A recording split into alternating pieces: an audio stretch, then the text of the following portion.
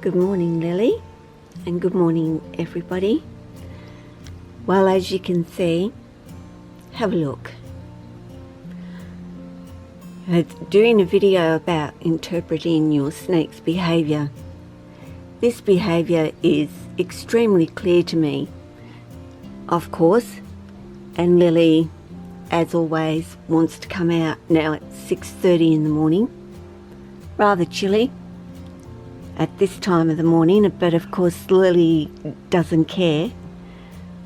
She does everything and anything to let me know that she actually wants to come on out, and if that means pulling, like I've said many a time, her pulling her enclosure apart,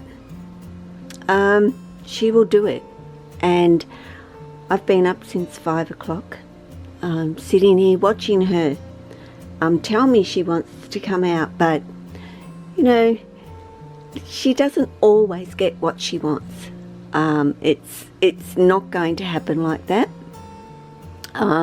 Sometimes you've got to be the one that just says no, but more often than not, Lily gets her own way and does it quite well. And yeah, I have to laugh because she's so stubborn, and I will say to you that carpet pythons, and I guess any snake, once they make up their mind of what they actually want to do and are going to do, there is no stopping them. You have to stop them, of course, in certain situations, but they set their sights on, that's where I want to go, this is what I want to do, that's what I want to get to, then they will just keep going and going until, of course, they do realize, well, that's just not going to happen. And yeah, so now where's Lily going? Now, because I've opened up this door, she's going around that side. Lily at this particular point is, and I know she's at that point where she is not eating at the moment. I offered her a meal, not last night, the night before, and she was like, no.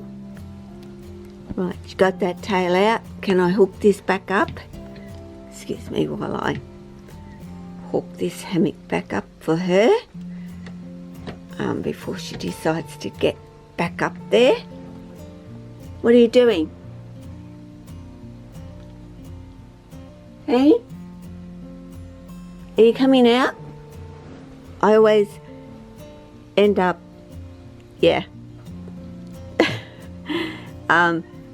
having a chat with her, and forget where I'm at talking to all of you.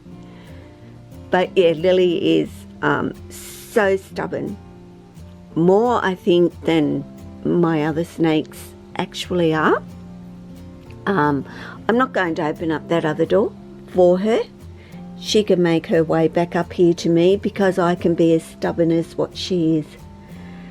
But I've certainly learnt over the years to interpret their behaviours, and not necessarily just behaviour,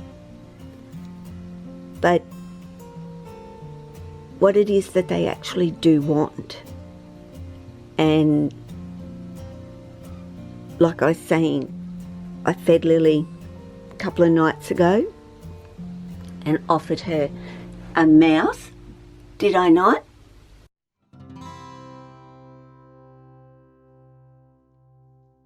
Yeah, I just thought I'd flick on and show you, Lily hasn't been out all day today, which is a pretty good indication to a degree as well that she's waiting for a meal to arrive, even though Lily has often also fed out of her enclosure, and knows that there's food available out of this enclosure.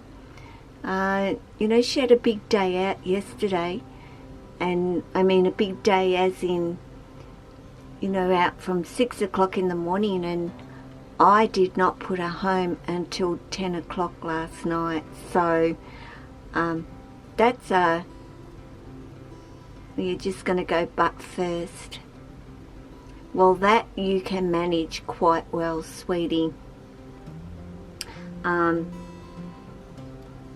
is a big day out, really, even though she explored for a little while. Not what I would call a long time, but she crawled around and went from one side of the room to the other side of the room and down in places where she shouldn't have gone and so on. But then, of course, she made her way up to the hangout spot and curls up and does her usual sleep time.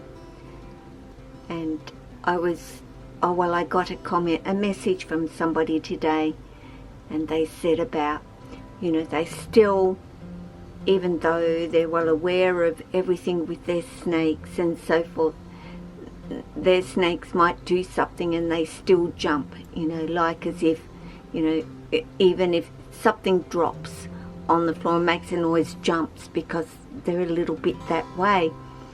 And, you know, I made a comment and said, if you ever watch your snake when they are sleeping, you will actually see them jump in their sleep.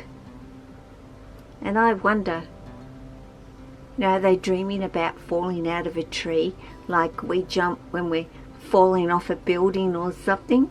Because quite often, you know, my snakes will be fast asleep and doing, you know, nothing, just fast asleep. Haven't seen a movement out of them, you know, for hours. And then all of a sudden, I'll see Jack or Lily do a jump.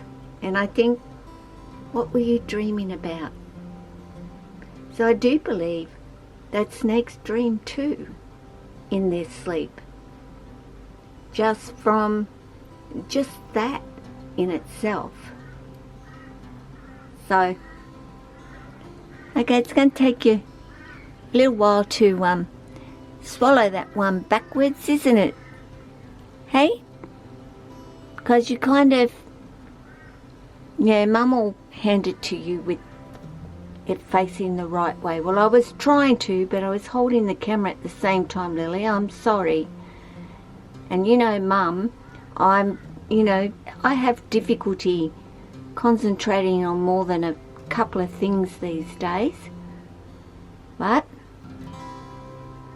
she's getting there, as you can see. And she struck at it, but then, you know, didn't take it. I thought, okay. And then she took it, and I thought, righto. And then she spat it out, didn't you? And that was it. No, I'm not eating. She wanted back out again. And when Lily does that, I know that's it. I've got the next couple of months where she's just not going to eat. She's off her food again, which of course tells me, which is pretty obvious, you know, it's kind of that basic interpretation of what your snake is telling you, that Lily is wanting to breed and is going through that time where she isn't going to eat, and she does this every year. And why I often say to people, write things down. I mean, I've got it so tuned into my head these days of what is going on that, you know, I don't need to write it down so much anymore. I have it already logged that around this time of the year, Lily will stop eating on me. So in that thinking, I didn't order any more mice for Lily because I know I've got a couple of months where she's just not going to be interested in having them. None of my other snakes actually eat mice, so I don't need them, and I've got a big order arriving today for my other snakes, and not you. All right? None for you in this order.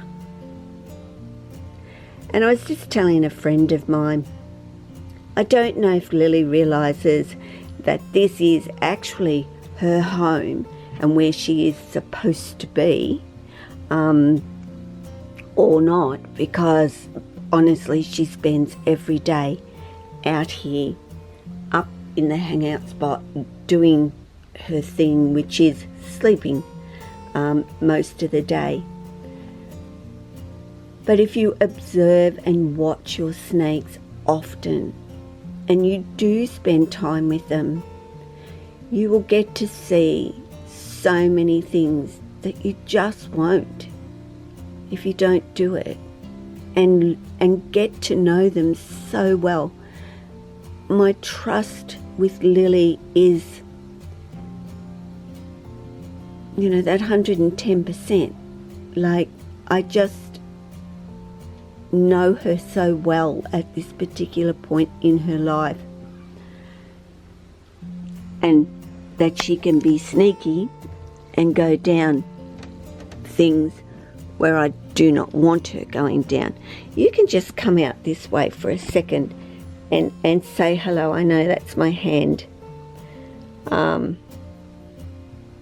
For a change. It's not very often that I will make Lily do much of anything, or force her to remain with me.